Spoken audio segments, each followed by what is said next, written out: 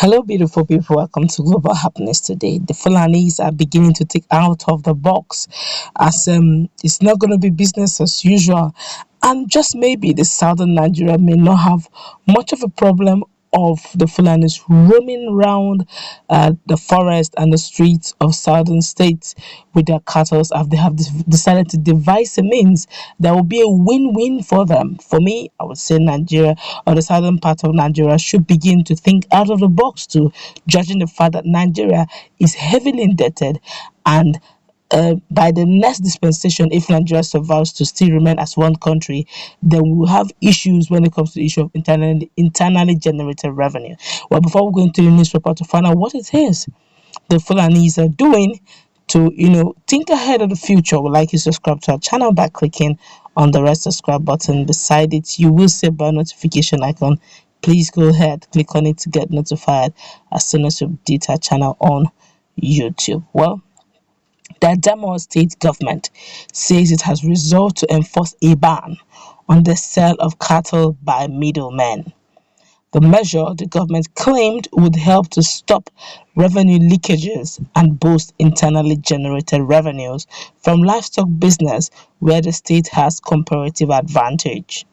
While speaking on the new policy, Bashir Ahmed, the secretary to the state government, said the state government's decision to disallow the sale and haulage of livestock out of the state to other parts of the country, including Lagos, which collects about 35,000 naira levy on a cattle, was aimed at blocking revenue leakages and improving its internally generated revenue. Bashir further disclosed that instead of taking livestock out of the state, Adamawa would now process and deliver beef to Lagos and other markets across the country. He said, and I quote, "What to collect as revenue per head of cattle is far lower than what's being collected along the road to the point of sale. People take cattle from Mobi Market, that's here, move it to Lagos. Along the road, they pay nothing less than 5,000 naira per head in like 5 revenue collection points. By the time they get to Lagos and sell it, another 10,000 naira per head is paid just for the cow to be slaughtered. While in Adamawa, where the cow originated, we are left with about 300 naira to 500 naira revenue per head. So we resolved that if this thing originates from us, then we should be able to generate substantial revenue just as others are doing. As we have seen, how much revenue is generated outside the state from our cattle, our own cattle. We decided to harness it to improve our economy.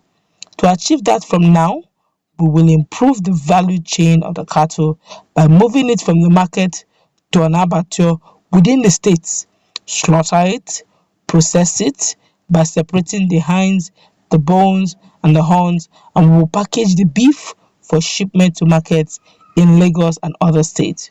Recall that the administration of Governor Amadu Fentiri, desirous of boosting internally generated revenues, said it was approaching the capital market to secure to like 100 billion naira bond with receipts of 25 billion naira to collected by the state in 4 installments to be invested in livestock sector. The government had then said it would utilize the receipts in settling other outstanding liabilities, especially pension arrears, which now stood above 22 billion naira. However, Bashir, while speaking on the state government agricultural business plan, added, "By the time we do this, the 25,000 naira collected along the road and the 10,000 naira collected in Lagos for slaughter will remain here in the state." Are you thinking what I'm thinking? I guess so.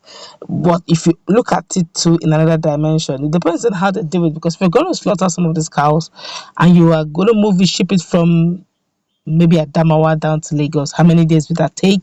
If it's going to take like 2-3 days, don't forget that these are fresh beefs.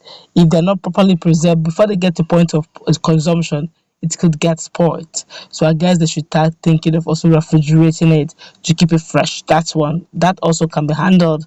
So when he's getting his capital bond, he should also think of preservation of these beefs before they get down to the point of consumption in various states. That's one. Two, I think it's about time. That's another market, an open market, calling forth for businessmen, men of innovation. There's nothing like somebody's born in Fulani, therefore in his blood lies all the tricks and trademarks of rearing a cow or cattle. We could always learn it from Senna climbs, could always learn it from other developed countries. Do development countries eat beef? Yes, they do. Do they rear cows? Yeah, of course they do. And do they also send this finished goods to the market? Of course they also do. So if they do that, how do they do it? Let's take our young entrepreneurs, those who got capital. Let the governors, government, politically exposed persons begin to sponsor the youth to take away hunger from the land and keep the youth very busy. How do I mean? Sponsor them down to some of these countries, Holland, and all these countries that have, mastered the art of cattle rearing and beef creation. They should take them down. They should take like maybe 6 months, 1 year to study how ranch is being done. Then they can import their own cows, the first ones, import them, begin to rear cows and ranches in other parts of the southern part of the country. So by the time they start thinking of hiking the price of beef, you already have your beef. So if even if the ones in south cannot, meet up the very high demand of cows or demands for beefs in southern parts of Nigeria, they can now use those ones coming from the north, from Adama, to augment.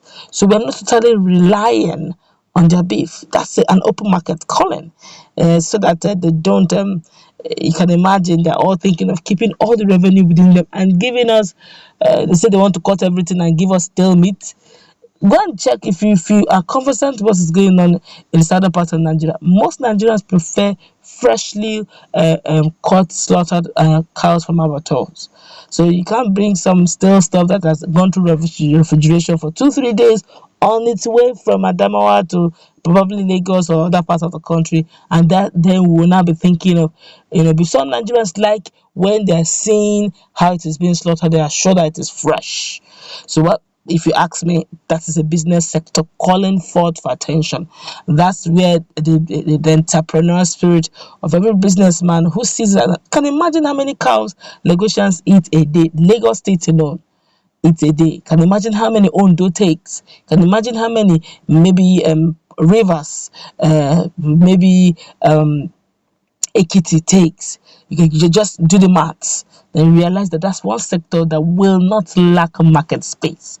So what are we waiting for? Let's wake up and begin to think of getting a ready market now before the next dispensation, when the full weight of repayment of this heavy debt we have collected as a nation begin to hit our revenue generation. Because when it does, these freebies we get from the central may not be coming in as usual, because most revenue generated will be used to service loans, and we may not have that luxury of depending on the central for more money. Let's meet in that comment section. What's your take on this latest move by Adamawa State Governor?